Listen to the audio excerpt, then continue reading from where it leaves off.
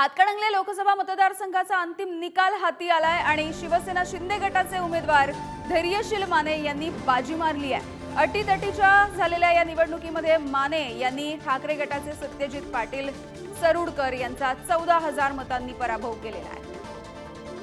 मला त्यांच्या कामावरती आणि दत्त महाराजांच्या अगदी त्यांचा जो आशीर्वाद आम्हाला आहे तो मला आणि जनतेचं प्रेम ह्याच्यावरती माझा खूप विश्वास होता। त्यामुळे मला माहिती होतं की थोडंसं हे होईल पण विजय नक्की आपला असेल। पोलमुळे मला कुठंतरी खरोखर धीर आला आणि मी सगळ्यांना सांगितलं की नाही, पुढारीने सांगितलं ना, त्यामुळे नक्की बातमी खरी असणार आहे असं मला खूप विश्वास होता या गोष्टीवरती। कारण तुमचा अगदी ग्राउंड लेवलवर तुमचं जे काय सर्वे होता आणि मी ज्या वेळेला पण भागाभागात फिरत होते त्यावेळेला मला आपल्या टीममधली लोक भेटत होती, त्यामुळे मला कुठंतरी मनामध्ये विश्वास होता की नाही, पुढारीचा सर्वे आहे म्हटल्यावर तो नक्की बरोबर असेल।